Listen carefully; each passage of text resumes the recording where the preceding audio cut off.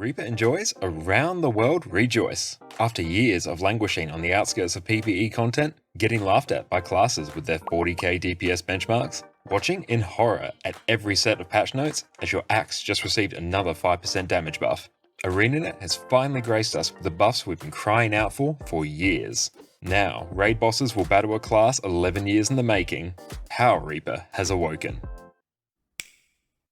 Welcome back everyone. As of the last balance patch, Reaper got some massive buffs to its overall damage, and has returned from its Heart of Thorns glory days. Not only that, the Reaper Shroud 3 skill, Infusing Terror, has had its damage reduction increase from 20% all the way to 66%. This means you can stay in Reaper Shroud for longer, spin to win for big old numbers, and are more survivable than ever. All these buffs get stacked on top of Reaper's already easy to learn rotation, its hard hitting skills that feel super fun to land, and all the Lord of Death roleplay you can muster, which turns this into one of the most fun DPS builds Guild Wars 2 has to offer. It's a good time to be a Necro enjoyer, friends. Let's jump in to the premier power damage Necro spec.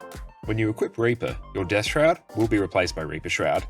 Here, your Shroud skills get replaced by far more aggressive AoE skills. You can also get your cosplay on with the very edgelord Scythe while in Shroud. An important note, your Reaper Shroud is a big piece of the damage puzzle for you, so you'll want to avoid as much damage as possible while in there to protect your life force.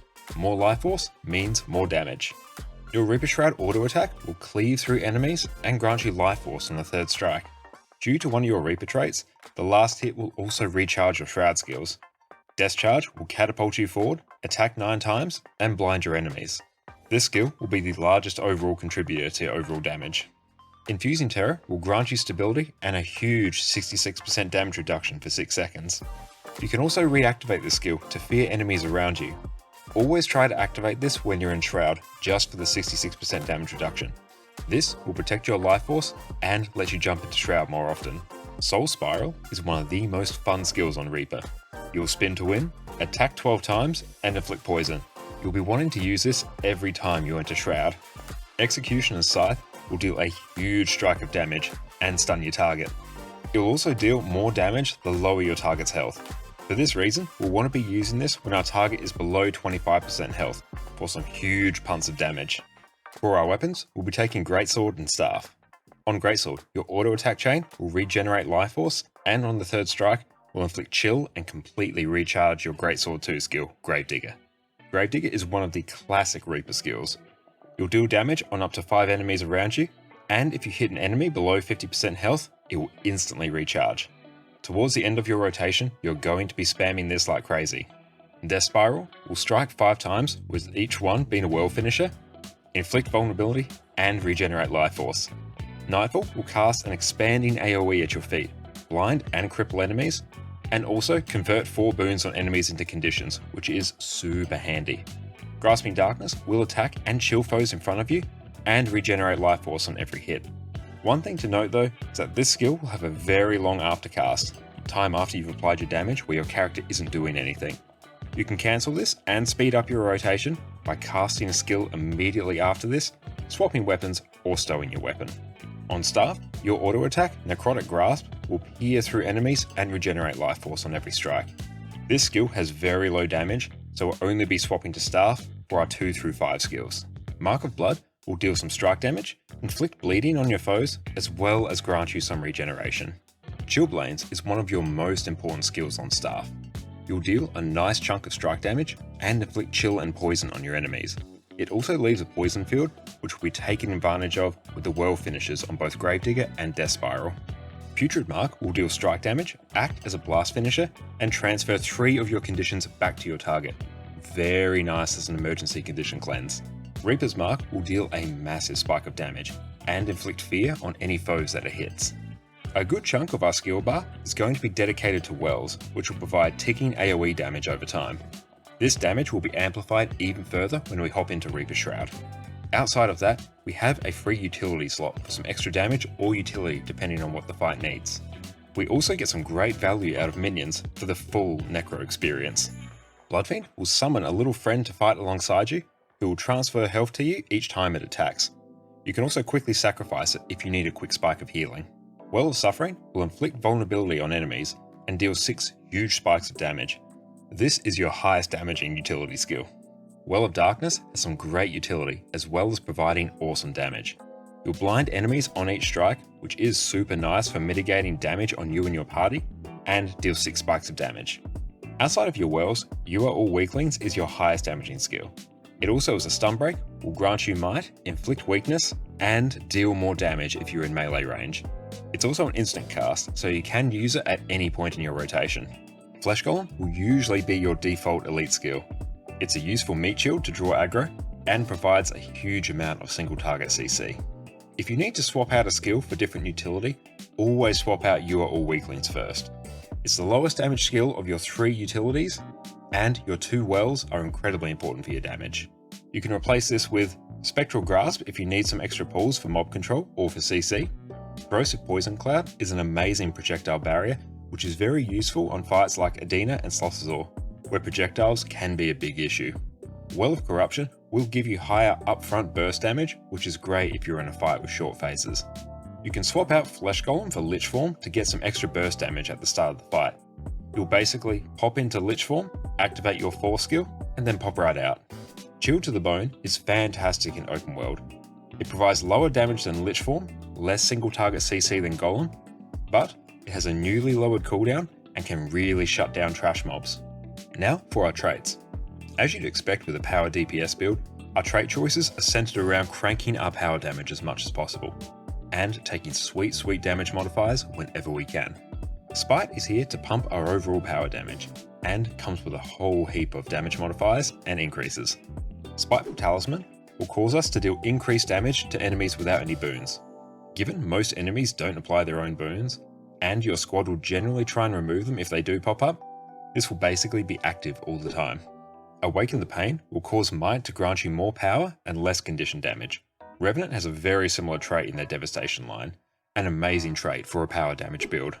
Close to Death will cause our damage to skyrocket when enemy gets below 50% health.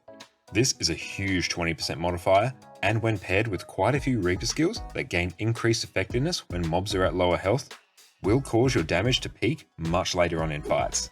Soul Reaping is here to help sustain our life force, which allows us to enter Reaper Shroud more often.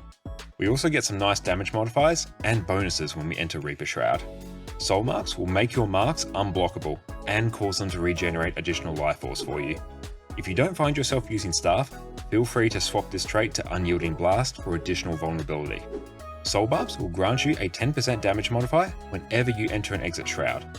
The focus of our entire rotation will be on maintaining this buff as much as possible, so you'll find yourself jumping in and out of Shroud fairly often. Death Perception will grant you an extra 15% crit chance, which is very handy for Reaper.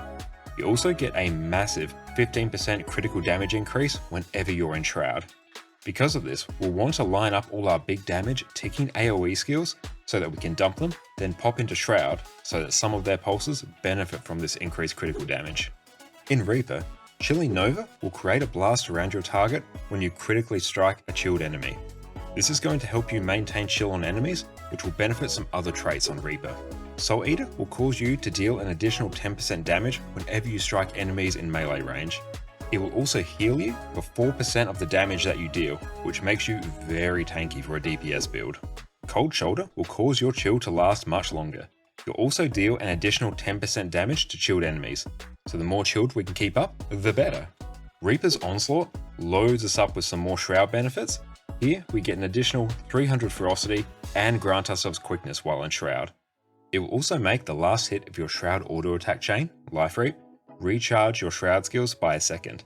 This means that while you're in Shroud, you're always going to want to complete your auto attack chains, just so you can get this cooldown reduction. Now, onto our gear and food. Unlike most power builds out there, Reaper needs a bit more assistance reaching 100% crit chance. To do this, we'll be taking Berserker's Gear, an Assassin's Amulet, and Sigil of Accuracy to reach 100% crit chance. You can fine tune your crit chance even more if you want to start including infusions in this build. I won't be covering them in detail today, but I'll include a version of the build with infusions in the description, if you really want to be a sweaty little DPS goblin. For our runes, we'll be using the old reliable Rune of the Scholar. For our last remaining sigil slot, use Sigil of Force. Like most power builds, our food and utility is very straightforward. Take your favourite power and ferocity food, either sous vide steaks or sweet and spicy butternut squash. For utility, take Superior Sharpening Stone. Our rotation on Reaper basically centers around entering and exiting Shroud to maintain our Soul Barb's damage buff. We also get some huge damage modifiers while we're in Shroud, so I want to tee up our big damage ticking AoE skills so we can use them just before we enter Shroud. This way, most of their ticks will benefit from these buffs and crank our damage. For our opener, we'll first use Greatsword 5, immediately use Greatsword 4, Weapon Swap, then use Staff 5, and then Staff 3. We'll then have a look at our Shroud loop. First, we'll use Well of Darkness, Well of Suffering. You are all weaklings at any point. Enter Reaper Shroud, use Shroud 2, Shroud 4, 1 auto attack chain, use Shroud 2 again. We'll then use 2 auto attack chains, use Shroud 2 for a third time, and then 1 auto attack chain. We'll then exit Reaper Shroud and begin our Staff loop. For our Staff loop, we'll use Staff 2, Staff 4, Staff 3, Staff 5, and then Weapon Swap. Using your marks in this order means that the Poison Field from Staff 3 will be active when we use our combo finishers in Greatsword shortly. Also, when you swap to Staff just before entering Reaper Shroud, just use Staff 5 and 3. For our Greatsword loop, we'll first use Greatsword 2, Greatsword 3, 1 auto attack chain, which recharges Greatsword 2, use Greatsword 2 again, Greatsword 5, and then Greatsword 4. We'll then repeat our Shroud loop from earlier. As a little aside, if you enter Reaper Shroud from Greatsword, just use an extra auto attack chain after your third Shroud 2. This will make your Greatsword cooldowns line up much nicer and make your rotation smoother. I have some quick rotation tips. Your rotation on Power Reaper will change as your target has lower and lower health. When your target is below 50%, your Gravedigger will instantly recharge. So we can replace any auto attack chains on Greatsword with Gravedigger. Make sure you spam this skill to significantly reduce its aftercast, so you can use more of them. Once your target is below 25%, you should start using Reaper Shroud 5. You'll want to use this just before Shroud 4. So when you enter Shroud, you'll use Shroud 2, Shroud 5, and then Shroud 4. Some other tips. Staff is only here for the mark skills. You'll want to avoid auto-attacking on Staff as much as possible. Auto-attacking here is a DPS loss. Like we mentioned before, your Greatsword 5 has a very long aftercast. You can either cancel this by stowing your weapon, which is annoying, using another skill, in this case Greatsword 4, or weapon swapping. But that's why we always try and use Greatsword 5 before Greatsword 4. You can quickly enter and exit Reaper Shroud before starting a fight, so you can start with the Soul Barb's damage buff active. Just make sure you time it right, so you enter Shroud right after your opener. Although it doesn't help your DPS, you should always use Shroud 3 when you enter Shroud. This just gives you a free 66% damage reduction, which means you can stay in Shroud even longer. Basically, always use this. And that is everything you know to go forth, cosplay as the God of Death, and outdamage all your teammates on one of the most fun power damage specs in the game. Here we have outrageous AoE damage, a ton of baked in survivability, CC for days, plus free utility slots to tailor your build to any encounter. Not only does this build slap for instance content, it has always been one of the premier open world builds with personal quickness, vulnerability, a second health bar, and massive AoE cleave. Not only that, you have one of the most fun and satisfying rotations in the game. Reaper mains, your long-standing prayers have been answered. We are back in business. Thank you all so much for watching. I hope you enjoy these build guides, and that they help you transcend all of Guild Wars 2's endgame content. Let me know in the comments below what other builds you'd like me to cover, and just how much you're enjoying our newly buffed Power Reaper. If you want to chat about Buildcraft or anything else Guild Wars 2 related, I stream on Twitch twice a week, so pop on by and come hang out with us. With that, I'll catch you all next time. Cheers.